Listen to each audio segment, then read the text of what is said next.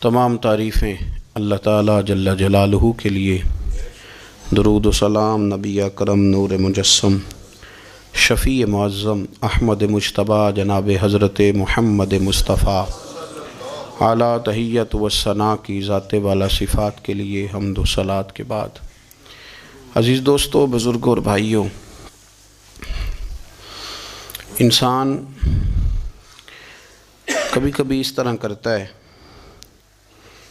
کہ وہ اپنے لب و لہجے سے، گفتگو سے، میل ملاپ سے لوگوں کو مطمئن تو کر لیتا ہے، لیکن اس کی قلبی واردات کیا ہے، اس کے اندر تقویٰ کتنا ہے، نیکی کتنی ہے، پرہیزگاری کتنی ہے، اس سے وہ آگاہ ہوتا ہے۔ وہ بہت ساری چیزوں کو لوگوں سے چھپا تو لیتا ہے، لیکن اپنے آپ سے نہیں چھپا پاتا، اپنے رب کریم سے نہیں چھپا پاتا۔ پھر یہ ہوتا ہے کہ وہ جھوٹی تسلیوں سے اور اپنے نفس کی جھوٹی دلیلوں سے اپنے آپ کو راضی کرتے کرتے اس مقام پہ پہنچ جاتا ہے کہ وہ ٹوٹ کے بکھرنے کے قریب آ جاتا ہے۔ اسلام ایمان کی، عقیدے کی، روحانیت کی بات کرتا ہے، اور یہ ساری چیزیں انسان کے دل کے ساتھ تعلق رکھتی ہیں۔ دنیا میں بہت سارے لوگ ایسے ہیں جو کسی وجہ سے اپنا دین ظاہر نہیں کر سکے، بتا نہیں سکے، لیکن ان کے اندر ایمان تھا، تو رب کریم قیامت کے دن انہیں ایمانداروں کے ساتھ ہی کھڑا کرے گا، حالانکہ وہ بتا نہیں سکے، سکھا نہیں سکے۔ اللہ تعالیٰ انہیں ایمانداروں کے ساتھ ہی کھڑا فرمائے گا۔ تو یاد رکھنے کی بات یہ ہے، سمجھنے کی بات یہ ہے کہ اپنی قلبی واردات پر، اپنے دل پر، اپنے باطن کی کیفیات پر نظر رکھی جائے، اور جتنی کمزوریاں اور کوتاہیاں ہیں ان سے اپنے آپ کو بچایا جائے، اور بہت ساری ایسی چیزیں جو نقصان کا باعث ہیں، ہم کہہ کے اپنے آپ کو مطمئن تو کر رہے ہیں لیکن ہمارے دل کو، روح کو نقصان دے رہی ہیں، ان سے بچا جائے۔ قرآن حکیم فرقان حمید نے ارشاد فرمایا، سورہ ملک کے اندر فرمایا، وَأَسِرُّوا قَوْلَكُمْ، تم کوئی بات چھپا کے کرو، أَوْ اجْهَرُوا بِهِ، یا اعلانیہ کرو۔ اگر سمجھنے کے لیے انسان کو کوئی چیز درکار ہو نا، تو میرا خیال ہے کہ یہ آیہ کریمہ کافی ہو جائے اس کے لیے۔ فرمایا وَأَسِرُّوا قَوْلَكُمْ، تم کوئی بات بڑی چھپا کے کرو، أَوْ اجْهَرُوا بِهِ، یا اعلانیہ کرو، یہ سمجھ لو، اس پر غور کر لو کہ إِنَّهُ عَلِيمٌ بِذَاتِ الصُّدُورِ، رب تو دلوں کے حال جاننے والا ہے۔ تم اعلانیہ کرو یا چھپا کے کرو، وہ تو جانتا ہے، علیم بذات الصدور، وہ تو دلوں کے حال جاننے والا ہے۔ تم بے شک اونچا کرو، بے شک آہستہ بولو۔ آیت نازل کب ہوئی؟ شان نزول بھی بڑا انوکھا ہے۔ مشرکین مکہ رسول کریم صلی اللہ علیہ وسلم کے بارے میں معاذ اللہ باتیں کرتے تھے، تو حضور اللہ کے دیے ہوئے علم سے انہیں جان لیا کرتے تھے۔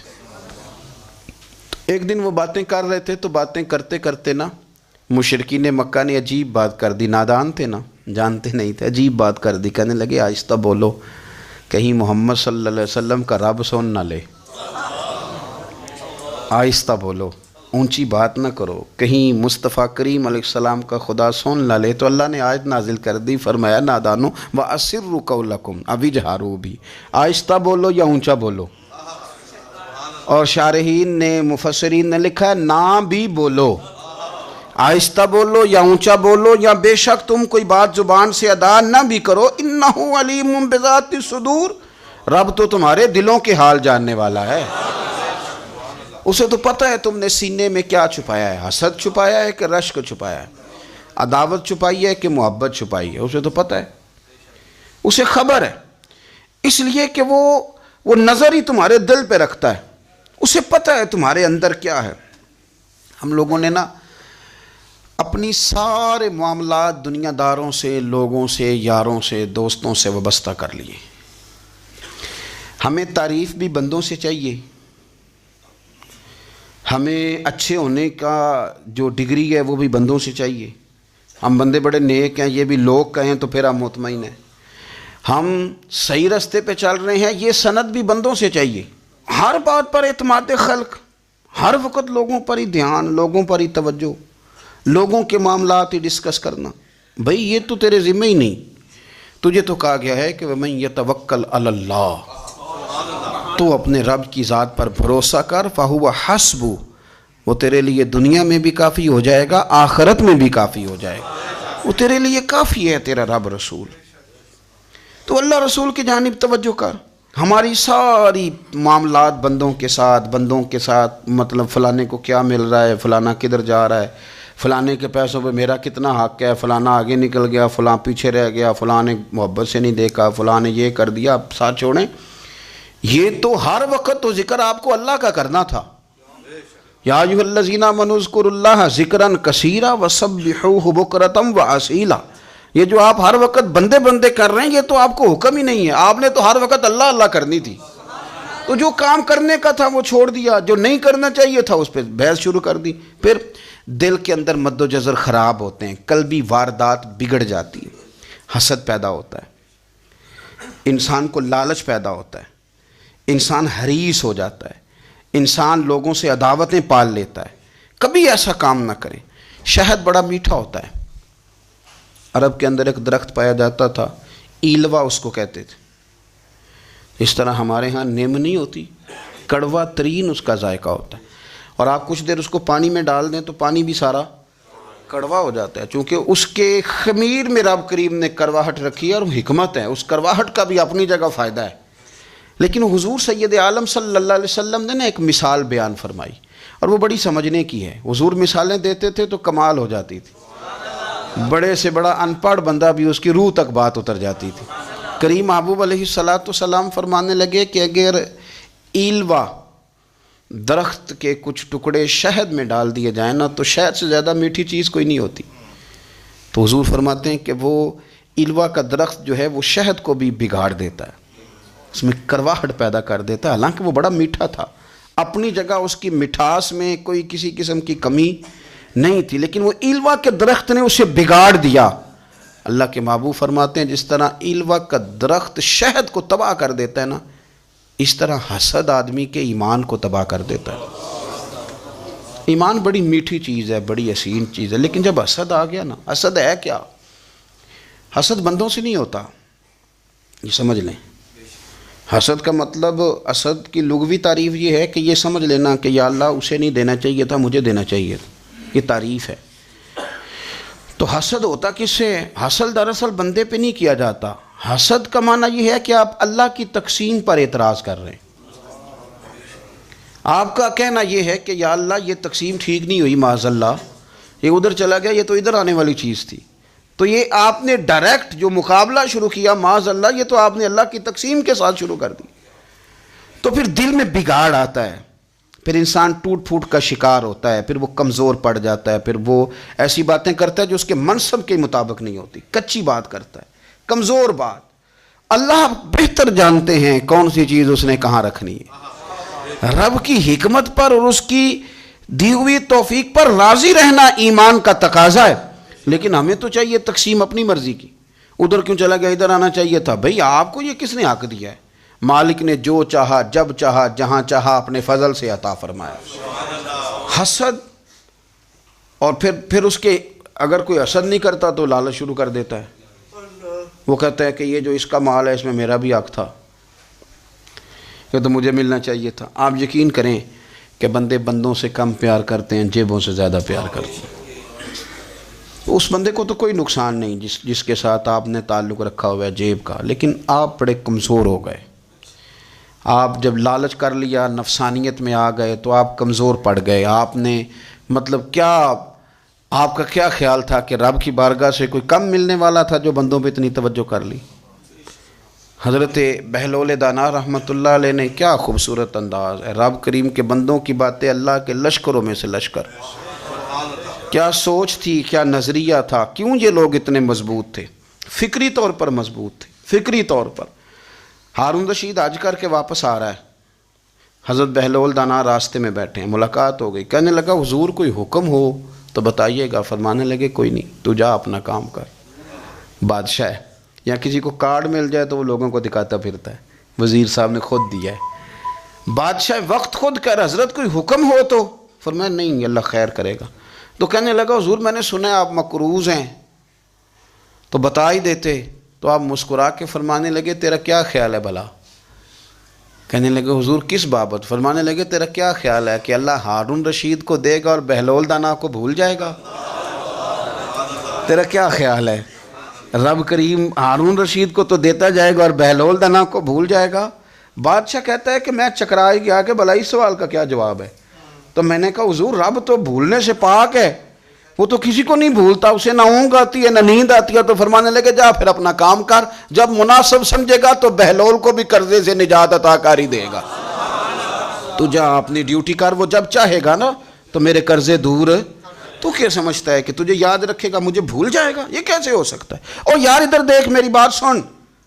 او بھائی وہ تیرا میرا رب ہے، یہ ہو سکتا ہے کہ امیروں کو دے دے اور تیرے جیسے میرے جیسے غریبوں کو وہ بھول جائے؟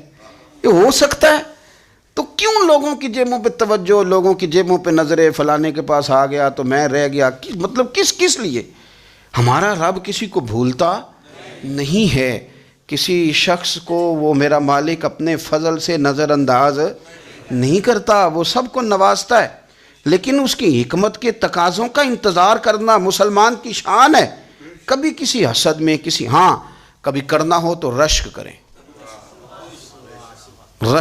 مزہ آئے گا۔ اور یہ رشک کرنے کا نا، رشک کا معنی کیا ہے؟ حسد کا معنی یا اللہ اسے نہیں دینا چاہیے تھا، مجھے دینا چاہیے تھا، اور رشک کا معنی یا اللہ تو نے دیا ہے، کیا بات ہے، اسے دیا تو کیا بات، اگر تو نے دیا تو مالک جچا بھی ہے، اگر تو نے دیا ہے تو نظر بھی آیا ہے، اگر تو نے دیا ہے تو پھر کیا بات ہے، کمال ہو گئی، وہ نظر آ رہا ہے۔ اور یا اللہ اسے دیا ہے تو میں بھی تیرا بندہ ہوں، اسے بھی اور دے اور مجھے بھی عطا فرما۔ یہ رشک ہے۔ رشک کا نا حضور نے حکم دیا ہے، نبی پاک نے رشک کا۔ ہمارا یہ مسئلہ ہے کہ ہم نا جو کرنے والا کام ہے وہ نہیں کرتے، رشک کریں۔ بخاری مسلم میں حدیث ہے، نبی پاک صلی اللہ علیہ وسلم نے فرمایا 2 بندوں پر رشک کرو۔ کہو کیا بات؟ رشک کرو 2 بندوں۔ یا رسول اللہ کون کون سے؟ فرمایا ایک وہ مالدار جسے اللہ دولت دے اور وہ صبح بھی رب کے رستے میں خیرات کرے اور شام بھی رب کے رستے میں خیرات کرے، یہ قابل رشک ہے۔ کہو تیری کیا بات ہے بھائی، کیا تجھے اللہ نے نوازا ہے، اور اس پر رشک کرو، کو یا اللہ اسے اور دے تاکہ یہ تیرے بندوں پہ اور اثار کرے اور تیرے بندوں پہ سخاوت کرے، اور اللہ اس کے فعل تصدق ہمیں بھی عطا فرما۔ اور حضور فرماتے ہیں ایک مالدار پر جو صبح و شام سخاوت کرے، اور ایک اس عالم پر جسے اللہ قرآن کا علم دے، وہ صبح بھی لوگوں کو قرآن مجید کے ترجمے، تفسیریں، قرآن کے درس سکھائے، اور شام بھی لوگوں کو قرآن مجید کا درس عطا فرمائے۔ اس پر رشک کرو، کہو کیا بات ہے یار تیری، تجھے اللہ نے کتنا نوازا۔ قابل رشک لوگوں پر رشک کرو، ان کی تعریف کرو، ان کے لیے اچھے کلمات ادا کرو۔ معاشرے میں حسد پرموٹ ہوا ہے، اگر کبھی رشک پرموٹ ہوتا نا تو عزتیں بڑھ جاتی، محبتیں بڑھ جاتی، خلوص میں اضافہ ہوتا، لوگ ایک دوسرے کے قریب آتے۔ ہم نے کسی فضیلت والے کی فضیلت کو تسلیم کرنے سے انکار کر دیا، ہم نے کسی بڑائی والے کی بڑائی کو تسلیم کرنے سے انکار کر دیا، ہم نے حسد کیا، ہم نے لالچ کیا، ہم حریص ہوئے۔ اس کا نقصان یہ ہوا کہ لوگ ایک دوسرے کے پاس رہتے ہوئے پاس نہیں رہتے، ایک دوسرے کے ساتھ وقت گزار رہے ہوتے ہیں لیکن ان کے بارے میں رویے ان کے سخت ہوتے ہیں، لب و لہجہ تلخ ہوتا ہے، جب وہ کسی کے بارے میں بے لاگ تبصرہ پوچھا جائے تو غلط باتیں کرتے۔ رشک کریں، دیکھیں نا حضرت ابو بکر صدیق رضی اللہ، حضرت عمر فاروق رضی اللہ، ساری زندگی دوڑ لگی رہی۔ حضرت عمر کہتے ہیں میں نے ساری زندگی دوڑ لگائی ہے کہ ابو بکر سے آگے گزر جائیں، لیکن یہ دوڑ حسد والی نہیں، یہ رشک والی۔ فرماتے میرا دل کرتا تھا کہ میں نیکیوں میں ابو بکر سے آگے گزر جاؤں، حضور کے عشق میں ابو بکر سے آگے گزر جاؤں، نبی پاک علیہ السلام کی اولاد کی محبت میں ابو بکر سے آگے گزر جاؤں، میں نا خیر کے کاموں میں آگے گزروں۔ کہتے میرا ساری زندگی رشک کا رشتہ رہا، یہ رشتہ شاندار ہے، اس پر عمل کریں، اس پر توجہ کریں، بجائے اس کے کہ یہ کہنا کہ استاد جی کا فلانے سے زیادہ پیار ہے، پیار کی وجوہات تلاش کر. مرشد فلانے پہ نظر رکھتے ہیں تو میرے بھائی وہ نوٹوں کی وجہ سے نظر نہیں رکھتے، تو وجہ تو تلاش کرنا، وجہ کیا ہے. تو اپنے آپ کو اس طرح کا بنا، تو اس طرح کی کیفیات پیدا کر اپنے اندر. ہم کیا کرتے ہیں کہ رشک کرنے کی بجائے حسد کرتے ہیں. حسد نہیں کریں، اپنے آپ کو سنواریں، وہ رشک کی وجہ سے آپ سنوار سکتے ہیں. نبی پاک علیہ السلام کی پیاری زوجہ ام المومنین سیدہ عائشہ صدیقہ، بڑی شان ہے اس خاتون ہے، بڑی عظمت ہے ان راہوں کے صدقے جن رستوں سے سیدہ پاک کی سواریاں گزرا کرتی. کیا درجہ اللہ نے دیا ہے سیدہ عائشہ صدیقہ کو. کہتی ہیں حضور کا وصال میری گود میں ہوا ہے. اور مولا علی شیر خدا فرماتے ہیں میں نے حضور کو سب سے زیادہ عائشہ صدیقہ سے پیار کرتے ہوئے دیکھا. اور عائشہ صدیقہ رضی اللہ تعالیٰ عنہ فرماتی ہیں میں نے حضور کو سب سے زیادہ فاطمہ الزہرا سے پیار کرتے دیکھا. یہ الگ ماحول ہے ان کا آپس میں. تو حضرت عائشہ صدیقہ اتنا بڑا مقام، لیکن وہ فرماتی ہیں میں نے ساری زندگی سیدہ خدیجۃ الکبریٰ پہ رشک کیا. میں نے کہا کیا بات تھی اس خاتون کی جو وصال کر گئیں، لیکن شاید کو دن خالی جاتا ہو کہ مدینے والے ان کی وفاؤں کا ذکر نہ کرتے. شاید کوئی خالی دن جاتا. کہتی ہے میں نے اتنا قابل رشک ماحول نہیں دیکھا. ایک دن حضور گھر میں گوشت لائے اور مجھ سے فرمایا عائشہ گوشت پکاؤ. تو میں اسے صاف کرنے لگی تو حضور فرمانے لگے شوربہ ذرا زیادہ کرنا. تو میں نے عرض کی حضور کیا کچھ مہمان آئیں گے گھر میں؟ تو فرمایا نہیں عائشہ، مدینہ منورہ میں نا مجھے پتہ چلا ہے خدیجۃ الکبریٰ کی کچھ سہیلیاں آئی ہیں، تو شوربہ بنا، میں انہیں پہنچاؤں گا. خدیجہ کی سہیلیوں کو شوربہ زیادہ پکا ذرا.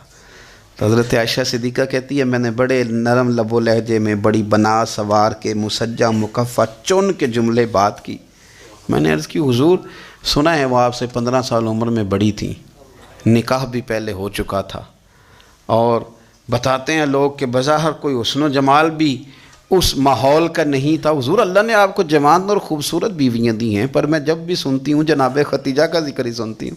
میں نے رشک کے انداز میں کہا. کہتی میں بات کیا کہ خاموش ہو گئی، اور جب میں نے نظر اٹھا کے دیکھا تو حضور کی آنکھوں میں آنسو. نبی پاک صلی اللہ علیہ وسلم کا یہ انداز دیکھا تو میں نے کہا حضور میں رب رسول کی بارگاہ میں توبہ کرتے ہیں، اب تو رو دیے.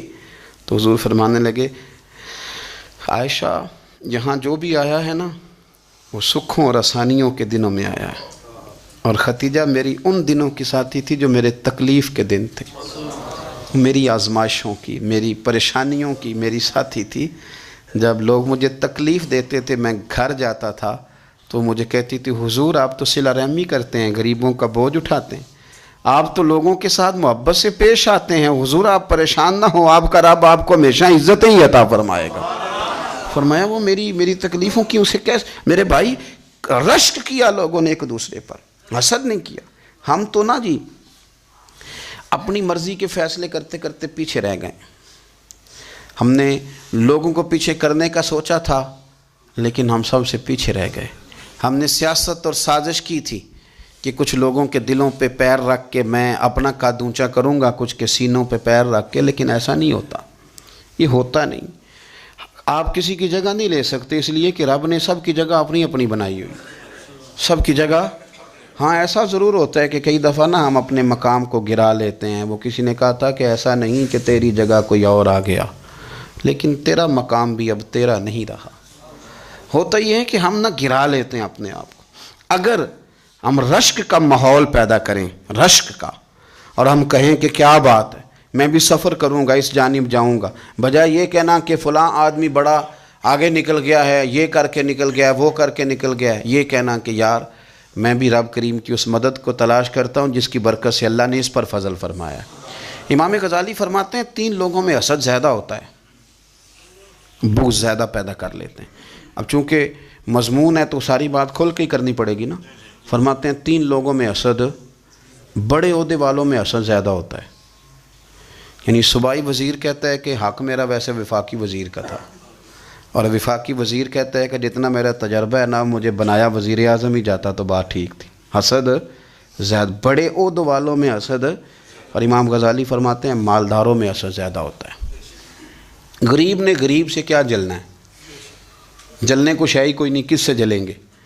تو غریب تو بیچارہ 4 روٹیاں ہوتی ہیں تو وہ کہتا ہے چلو ٹھیک ہے آ جاؤ، دونوں مل کے بیٹھ جاتے ہیں۔ غریبوں کے دوست بھی غریب، امیر حسد کرتے ہیں، وہ سودے پہ سودا کرتے ہیں، وہ ایک دوسرے کی کمزوریاں بیان کرتے ہیں۔ میں نے گاہکوں کو نفع لیتے دیکھا ہے، فلانے سے مال لیتے تھے جی، اس نے بڑا تنگ کیا، تو کہتا ہے اسی طرح کا تو مجھ سے خریدا کر۔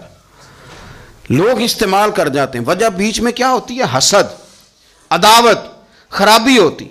اور تیسری بات امام غزالی نے شاید میرے لیے کہی ہے، امام غزالی فرماتے ہیں علماء میں حسد بڑا ہوتا ہے، عہدیداروں میں، مالداروں میں اور علم والے لوگوں میں۔ وہ بھی اللہ کی تقسیم پر راضی نہیں ہوتے، چونکہ وہ سمجھتے ہیں مجھے یہ لفظ آتے ہیں، میری قابلیت زیادہ ہے، میں زیادہ پڑھا لکھا ہوں، تو یہ منصب بھی میرا تھا، یہ کام بھی میرا تھا، یہ بھی میرے پاس ہونی چاہیے۔ ایسا نہیں ہوتا، یہ تو رب کریم کی عطا ہے۔ میں کئی دفعہ کہہ چکا ہوں کہ کام لینے پہ آئے تو میرے جیسے بیکار آدمی سے کام لے لے، یہ اس کی عطا ہے۔ اب ہمیں کرنا کیا ہے؟ ہمیں اس کی تقسیم پر راضی رہنا ہے، اس کی تقسیم پر قربان جائیں۔ رسول پاک علیہ السلام سے صحابی نے پوچھا حضور عزت کیا ہے؟ فرمایا جو رب نے تجھے دیا اس پہ راضی ہو جا، اللہ عزت عطا کر دے گا۔ قناعت کر، جو اللہ نے تجھے دیا اس پر قناعت کر، اللہ تجھے عزت دے دے گا۔ حضور ذلت کیا ہے؟ فرمایا لوگوں سے لالچ نہ رکھنا، تو ذلیل ہو جائے گا، لالچ نہ کر۔ تیزی کے ساتھ پروموٹ ہوتی ہیں چیزیں، ہمیں سازش کرنی آتی ہے، ہمارا خیال ہوتا ہے کہ میں نے دوسروں کے پیسوں پہ کاروبار کرنا ہے، ہمارا خیال ہوتا ہے کہ پالٹی ڈال کے روٹی کھانی ہے، ہمارا خیال ہوتا ہے کہ کسی بندے کو کس طرح استعمال کرنا ہے۔ یاد رکھ لینا، کبھی بات نہ بھولنا، جو لوگوں کو استعمال کرنا چاہتا ہے وہ ساری زندگی استعمال ہوتا رہتا ہے۔ جو کسی شخص کو کسی مقام پر رسوا کرنا چاہتا ہے اپنی عزت بچا نہیں پاتا۔ جو آدمی لوگوں کو حقیر جانتا ہے اللہ اسے کبھی عزتیں عطا نہیں کرتا، وہ گڑھوں کے اندر گرتا چلا جاتا ہے۔ یاد رکھیں جو عزتیں دینی شروع کر دے رب اسے باعزت بنا دیتا ہے، جو پیار کرنا شروع کر دے معاشرے میں لوگ اس سے پیار کرنے لگ جاتے۔ جو کسی دیکھیں اگر ہم وہاں سے مانگے جہاں سے سب کو ملتا ہے تو پھر بندوں پر اتنی نظر رکھنے کی ضرورت باقی رہتی نہیں ہے۔ ادھر دیکھیں رشک کریں گے تو لالچ سے بھی بچیں گے، حسد سے بھی بچیں گے۔ بخاری مسلم میں حدیث ہے، حضرت ابو ہریرہ رضی اللہ تعالیٰ عنہ کہتے ہیں ہم حضور کی بارگاہ میں حاضر تھے تو کچھ غریب لوگ حاضر ہوئے، غربا۔ انہوں نے عرض کی یا رسول اللہ صلی اللہ علیہ وسلم ایک گزارش کرنے آئے۔ حضور نے فرمایا کہو۔ کہ یا رسول اللہ امیر تو ہم سے آگے نکل گئے۔ حضور نے فرمایا کس بات میں؟ عرض کی حضور نمازوں میں نہیں ہم گزرنے دیتے، اتنے نفل وہ پڑھتے ہیں اتنے ہم بھی پڑھ لیں گے۔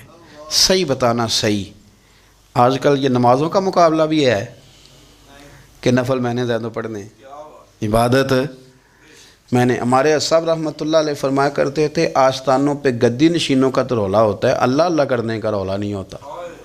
یہ تو شور ہوتا ہے کہ سجادہ میں ہوں سجادہ، اور سب نے کوئی نہ کوئی کہانی سنائی ہوتی، کہتے نہیں ابا جی مجھے کہہ گئے تھے کان میں، دوسرا کہتا نہیں مجھے لکھ کے دے گئے تھے، تیسرا کہتا تمہیں تو پتہ ہی نہیں، تم تھے ہی نہیں، عمرے پہ تو میرے ساتھ گئے تھے، جو میرے ساتھ ان کا معاہدہ ہوا وہ خانہ کعبہ میں ہوا ہے، لہذا میرا پہلا نمبر ہے۔ سب کے پاس کوئی نہ کوئی معاملہ ہوتا ہے، یہ سارے کام کوئی ضروری نہیں۔ ضروری کیا ہے کہ وہ جو کہتے تھے کرو، جس نے سب سے زیادہ کر کے دکھایا وہ زیادہ جانشین ہے، وہ زیادہ جانشین ہے جس نے زیادہ کر کے دکھایا۔ معاملہ تو یہ ہے کہ اس رستے پہ کس نے چلنا ہے۔ لوگ تو سجادہ نشینی سے بھاگا کرتے تھے، بھاگتے تھے۔ حضرت ابو بکر صدیق رضی اللہ تعالیٰ عنہ کا وصال ظاہری ہوا تو حضرت عمر خلیفہ بنے، تیسرا دن تک خلیفہ بنے ہوئے، 2-3 چھوٹی بچیاں آ گئیں، چاچا جان آپ خلیفہ بنے؟ فرمایا ہاں۔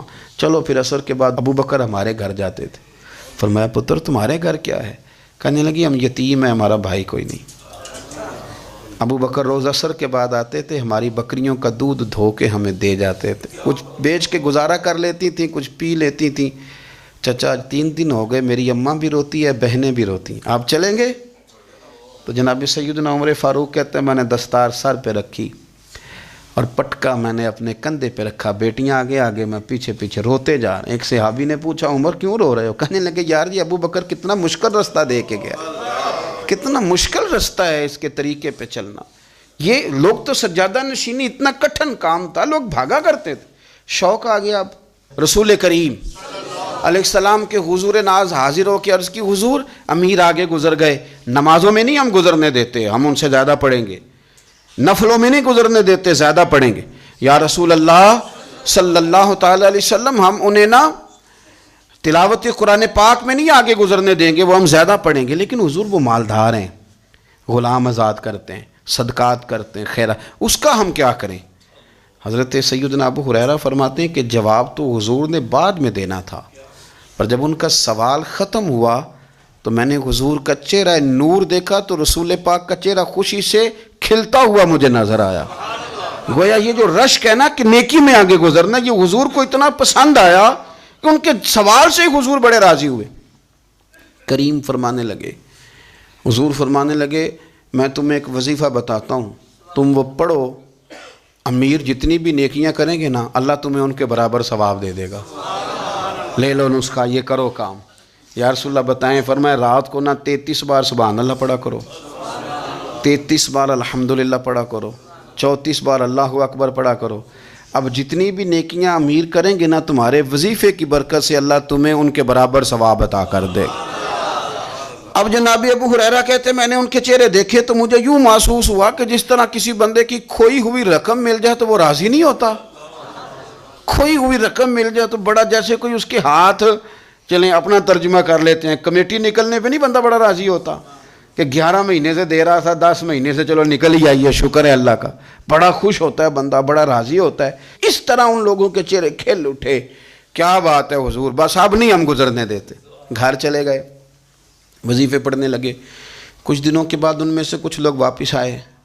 حضرت ابو ہریرہ کہتے ہیں مجھے چونکہ وہ پرانی بات یاد تھی تو میں دلچسپی سے ان کا آنا جانا دیکھنے لگا۔ وہ کریم کی بارگاہ میں آ کے بیٹھے تو ان میں سے ایک شخص بڑی پریشانی کے ساتھ کہنے لگا حضور بڑی پریشانی لگ گئی۔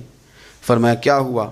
عرض کی یا رسول اللہ صلی اللہ علیہ وسلم وہ جو آپ نے وظیفہ بتایا تھا نا، میرے کچھ پڑوسی امیر ہیں وہ تو انہوں نے بھی سن لیا ہے حضور، رات میں نے سنا ہے وہ مالدار بندہ ہے، صدقے خیرات بھی بڑے کرتا ہے، غلام بھی بڑے آزاد کرتا ہے، پر وہ بھی سوتے وقت 33 بار سبحان اللہ پڑھ رہا تھا، وہ تو اس نے بھی سن لیا حضور، وہ بات یہاں سے نکلی ہے، جانے کہاں کہاں پہنچی ہے، تو وہ بھی پڑھ رہا تھا حضور اب کیا بنے گا؟ تو کہتے ہیں اس کے سوال پر بھی میرے حضور بڑے ہی مسکرائے، باقاعدہ دہک ہو گیا حضور کے، دہک ہو گیا، سرکار کھول کے نہیں مسکراتے تھے، لیکن آج حضور اتنا مسکرائے کہ میں نے حضور کے مقدس دانتوں کی زیارت کر لی، دہک ہو گیا باقاعدہ حضور کا۔ حضور فرمانے لگے انہوں نے بھی سن لیا حضور، اور سن کے پڑھنا بھی شروع کر۔ اب بات کو سمجھیں کہ کسی امیر نے یہ نہیں کہا کہ یہ تو غریب کے لیے وظیفہ تھا، میں کہتا ہوں اللہ اللہ کا مزاج ہی نہیں، مزاج یہ کہ سیاست کیسے کرنی ہے، چکر کیسے چلانا ہے، کوئی کہانی کیسے سنانی ہے، ادھر ان کو ملا، حالانکہ بات تو غریبوں سے ہو رہی تھی، حضور وہ تو انہوں نے بھی پڑھنا شروع کر دیا۔ اب ہم کیا کریں؟ تو رسول کریم نے فرمایا وہ بھی پڑھ رہے ہیں، حضور پڑھ رہے ہیں، تو فرمایا ذالک فضل اللہ یؤتیہ من یشاء، بھائی پھر یہ تو اللہ کا فضل ہے نا، وہ جسے چاہے عطا کرے۔ اب یہ حضور نے کہہ دیا تو حضرت ابو ہریرہ کہتے ہیں میں نے پلٹ کر ان لوگوں کے چہرے دیکھے، قربان جائیں، میں نے پھر ان کے چہروں پر اطمینان دیکھا، میں نے سکون دیکھا، اس لیے کہ وہ سمجھ گئے جب رب فضل کرے تو پھر فضل کے معاملے میں اللہ کے بندے بحث نہیں کیے کرتے، وہ مطمئن ہو کے گئے، کہنے لگے حضور پھر ٹھیک ہے، اگر مالک اس طرح تقسیم کر رہا ہے تو پھر ہم راضی ہیں اپنے رب کریم کی رضا پہ۔ اپنی زندگی جب آپ بڑی محبت سے قرب و جوار سے تشریف لاتے ہیں، میں قرآن و سنت کے بہت سارے عنوانات دیکھ کے آپ کی خدمت میں ایک بات عرض کروں، اپنی ساری توجہ اپنے رب رسول کی جانب مائل کریں۔ جتنا آپ دائیں بائیں دیکھیں گے نا اتنا گاڑی کے ٹکرانے کا خطرہ بڑھ جائے گا، وسوسے زیادہ آئیں گے، الجھ جائیں گے۔ اتنا زیادہ دائیں بائیں نہ دیکھیں، یہ کیا کر رہا ہے، فلانا کیا کر رہا ہے، فلانے کا یہ معاملہ کس طرح کا تھا، نہ نہ نہ، آپ توجہ اللہ کی جانب رکھیں۔ دیکھیں میرا اور میرے رب کا معاملہ ٹھیک چل رہا ہے، اللہ رسول کے ساتھ میرے معاملات ٹھیک ہیں، یہاں تو آپ کسی کی اصلاح کریں گے، دعوت دیں گے یا دعا کریں گے، تنقید کی تو ویسے دین میں اجازت نہیں ہے، آپ نے یہاں کسی کی اصلاح کرنی اور وہ درد کے ساتھ کرنی، اور یہاں کسی کے لیے دعا کرنی ہے کہ یا اللہ اس بندے پہ رحم فرما، اسے بدل دے۔ تنقید کی اور طنز کی تو اجازت اپنا معاملہ رب کریم کے ساتھ، ہماری سوچیں کس طرح کی ہیں، ہمارے اندر ماحول کس طرح کا ہے، وہ چونکہ دلوں کے حال جانتا ہے، اور نبی پاک صلی اللہ علیہ وسلم نے فرمایا نہ تمہاری جیبیں دیکھتا ہے نہ تمہارے چہرے دیکھتا ہے، وہ تو جب دیکھتا ہے تمہارا دل دیکھتا ہے۔ اس کی کیفیت کیا ہے؟ حضرت انس بن مالک رضی اللہ تعالیٰ عنہ فرماتے ہیں، اس حدیث کو یاد رکھیے گا، حافظ منذری نے ترغیب و ترہیب میں لکھی ہے، فرماتے ہیں کہ حضرت انس بن مالک رضی اللہ تعالیٰ عنہ فرمانے لگے کہ ایک حضور کے ایک غلام، ایک صحابی بیمار تھے، تو حضور نے فرمایا انس چلو تیمارداری کرتے ہیں۔ کہتے ہیں ہم حضور کے ساتھ گئے، نبی پاک صلی اللہ علیہ وسلم پہنچے، جب ہم نے اس شخص کو دیکھا تو حضرت انس کہتے ہیں ہم پریشان ہو گئے، چونکہ ہم نے اسے بڑا صحت مند دیکھا تھا، وہ کمزور ہو گیا، وجود پر بہت سارا گوشت دیکھا تھا، اب ہم دیکھ رہے ہیں کہ وہ ہڈیاں ہی ہڈیاں رہ گئی ہیں، چہرہ بڑا بارونق تھا، اب کمزوری ہو گئی۔ رسول کریم تشریف لے گئے اور حضور اس کی چارپائی کے سرہانے بیٹھے، اور جب حضور نے اپنا دست مبارک اس کے بالوں میں رکھا اور نبی پاک نے دست شفقت پھیرا تو کہتے ہیں اس شخص نے آنکھیں کھولی اور حضور کا چہرہ دیکھا تو اس کی خوشی کی کوئی انتہا نہ رہی، بڑا راضی ہوا، بڑا راضی، اور حضور نے اس کے لیے دعا کی، اس دعا پر بھی اسے بڑا اطمینان قلبی نصیب ہوا۔ کہتے ہیں حضور اکثر تیمارداری فرماتے تھے، پر آج نہ حضور نے ایک نرالی، انوکھی اور انفرادی بات ارشاد فرمائی۔ حضور نے فرمایا تو بڑا صحت مند تھا، کمزور ہو گیا، بڑا طاقتور تھا تو ضعیف ہو گیا، ایک سوال کا جواب تو دے۔ یا رسول اللہ فرمائیے، تو حضور فرمانے لگے اس حالت میں جب تو شدید بیمار اور تکلیف میں، یہ بتا کہ اس وقت تیرا اپنے رب کے بارے میں گمان کیا ہے؟ حضرت انس کہتے ہیں پہلے حضور بیماروں سے یہ سوال نہیں پوچھتے تھے، آج پوچھا، کیونکہ صحت میں لوگوں کی زبان پہ شکر ہوتا ہے اور بیماری میں شکوے ہوتے ہیں، معاذ اللہ۔ اس وقت اللہ کے بارے میں یہ سوچ حضور نے ہمیں دی ہے، ہم نے ہر وقت یہ ذہن بنانا ہے کہ یہاں رب کریم کے بارے میں کیا تصورات پل رہے ہیں، آوازیں کیا اٹھ رہی ہیں، اس وقت تیرا اللہ کے بارے میں گمان کیا ہے؟ تو جناب انس بن مالک کہتے ہیں اس نے ہمیں اشارہ کیا کہ مجھے اٹھا کے بٹھاؤ، ہم نے بٹھایا، تو کہتے ہیں پھر اس نے اپنی آنکھیں کھولی اور حضور کے چہرے نور پر نظر کر کے نظر جھکا لی، عرض کرتا یا رسول اللہ میں کمزور ہوں، بیمار ہوں، تکلیف میں ہوں، اٹھ نہیں سکتا، کھا نہیں سکتا، پر حضور ابھی بھی میرے دل سے آواز یہی نکلتی ہے کہ میرا رب بڑا ہی کریم ہے، میرا اللہ بڑا ہی مہربان ہے، وہ بڑا ہی معاف کرنے والا ہے، وہ اپنے بندوں سے پیار ہی بڑا کرتا ہے۔ آپ میری بات کو سمجھیں، کیفیت کیا ہے اور الفاظ کیا ہیں؟ حضور وہ مجھ سے بڑی محبت کرتا ہے، بڑے پیار والا ہے۔ یہ لفظ کہتے کہتے آواز بھرا گئی، آنسو نکل آئے، پھر اس نے تکلیف زیادہ محسوس کی تو وہ لیٹ گیا، اور پھر اس نے حضور کے چہرے نور پہ نظر ڈالی، کلمہ پڑھا، روح ہی پرواز کر گئی۔ حضرت انس بن مالک فرماتے ہیں ہم اس کے گھر سے نکلے، اور جب حضور اس کے کمرے سے باہر آئے تو رسول کریم نے پلٹ کر رک کر پھر پیچھے دیکھا اور فرمایا انس اگر کسی جنتی کی زیارت کرنی ہے تو میرے اس غلام کا چہرہ دیکھ لو۔ اس لیے کہ جن لوگوں کے نظریات رب کریم کے بارے میں اس طرح کے ہوں پھر ان کے خاتمے خیر کے ہوتے ہیں، پھر اللہ ان کے لیے جنت کے فیصلے فرماتا ہے۔ اپنے افکار میں، نظریات میں، سوچوں میں کوئی ضروری نہیں ہے کہ ہم لوگوں کو دو لفظ کہہ کے مطمئن کر لیں تو ہم خود ضمیر کے قیدی بن کے زندگی گزار دیں، یہ معاملہ ٹھیک نہیں، یہ صحیح نہیں چلتا۔ آپ اپنی قلبی واردات پر، قلبی خیالات اور تصورات پر کڑی نگرانی رکھیں گے، آپ دیکھیں گے کہ کہاں یہ مجھے خرابی کی طرف لے کر کے جا رہا ہے، کہاں یہ بدگمانیاں پیدا کر رہا ہے، کہاں یہ خرابیاں لا رہا ہے، یہ سختی پیدا کر دے گا، نفرتوں کو، لالچ کو، حسد کو، عداوت کو یہ بڑھا دے گا۔ آپ اپنے معاملات پر اپنے دل کو ہمیشہ حاضر رکھیں، اللہ اپنے محبوب کا صدقہ فضل کرے، وہ مقلب القلوب ہے تو وہ ہمارے دلوں کو اپنی طرف پھیر دے۔ آخر دعوانا ان الحمدللہ رب العالمین۔